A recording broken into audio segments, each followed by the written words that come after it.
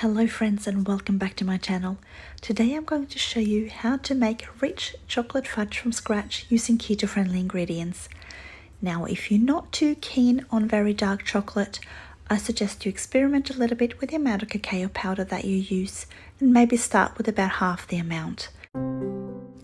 So with that said, let's get started.